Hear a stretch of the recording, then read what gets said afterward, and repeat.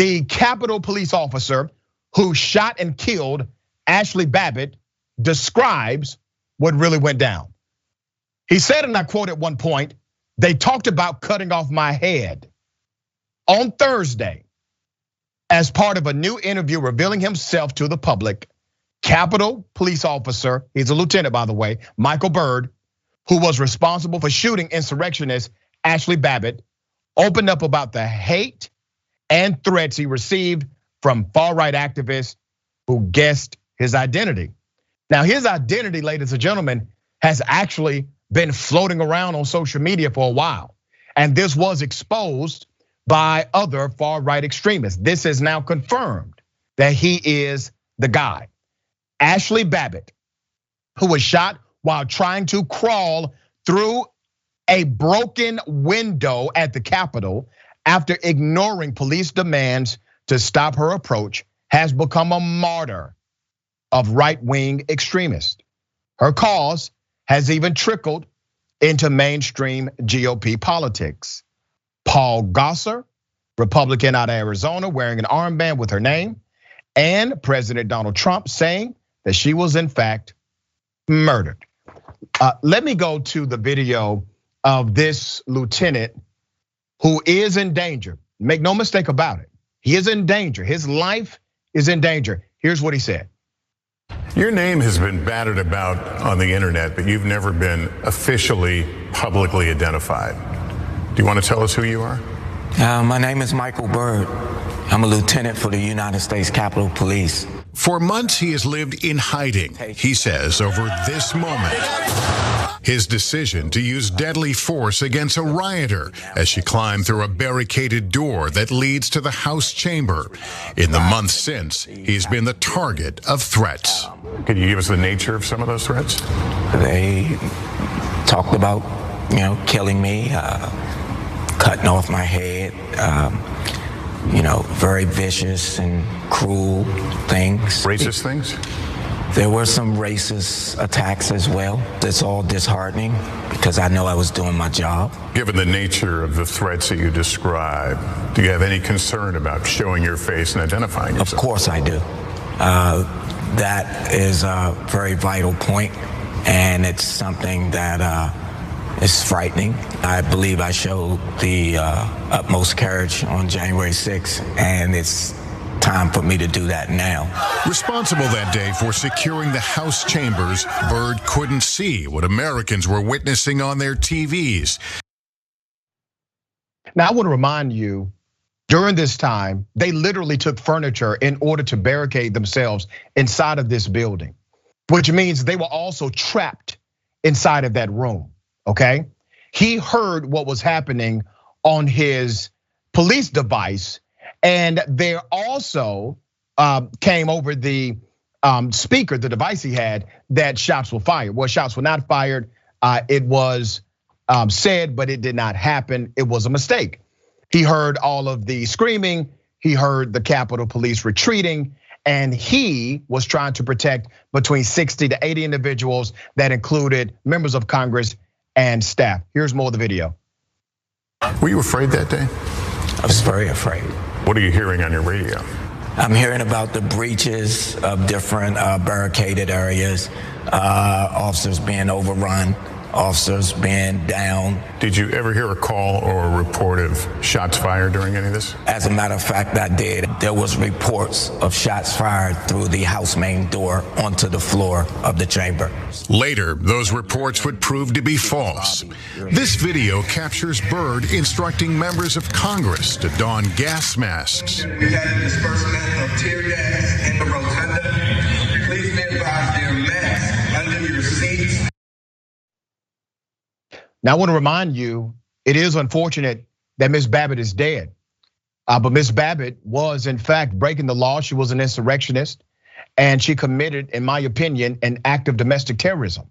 The truth is, if this would have been Black Lives Matter, if this would have been a group with the last name Muhammad, religious ties to Islam, they would have all been dead. Would have been dead bodies all across that lawn and inside of that building. They were given the benefit of the doubt in a significant way, and they were given protection that they should not have received, but they did. Here's more. Former President Trump has talked about you and this incident. He says she was murdered. What does it feel like to hear that from a former president? Well, it's disheartening. If he was in the room or anywhere and I'm responsible for him, I was prepared to do the same thing for him and his family. Would you have his back today if you were so assigned? I sure would, because it's my job. All right, now I want to remind you that the individuals who are coming against him, threatening him, they are saying that they are still pro-police. Now, they are anti-Capitol Police because the Capitol Police officers do not fit their ideological narrative. Quite hypocritical. But it's clear, it is extremely clear that the officer was justified, a full investigation has been done, and the cop has been cleared. Let me read something that's related but unrelated. A group of 7 Capitol Police officers filed a lawsuit on Thursday accusing former President Donald J. Trump and nearly 20 members of far-right extremist groups and political organizations of a plot to disrupt the peaceful transition of power during the Capitol riot on January 6th. The suit, which implicated members of the Proud Boys, the Oath Keepers militia, and Trump associates Roger J. Stone Jr., was arguably the most expensive civil effort to date, seeking to hold Trump and his allies legally accountable for storming the Capitol. Wow. All right, he's come out, it's public. He's done the interview. I'm sure more is gonna come out. Dina Dahl, what are your thoughts here legally? Well, first I just want to say what a hero he was and what a sense of duty and honor that he would say he would still defend Donald Trump. And it's those types of public servants that we just have to be so grateful for. And in terms of legally, the Capitol Police who are suing him, there's actually quite a few lawsuits going on. Members of Congress are also suing him under these same things, and they're going to have subpoena power. They're going to be able to maybe get some of the details that we weren't able to see in the impeachment hearing. And the one defense, though, that Donald Trump has already asserted is his presidential immunity, saying that what he did that day was part of his official conduct. The Supreme Court has said that any official conduct by a president is immune and not subject to civil liability unless it's criminal. So that issue may go all the way to the Supreme Court under the current Supreme Court and may not go the way to the Capitol Police officers. So we will see. I've actually written an article on this describing all of the different types of presidential immunity. I'll put it up on my Twitter in case your audience wants to see it, because it sounds complicated, but it's actually quite simple. But that's gonna be the issue that's gonna determine these cases.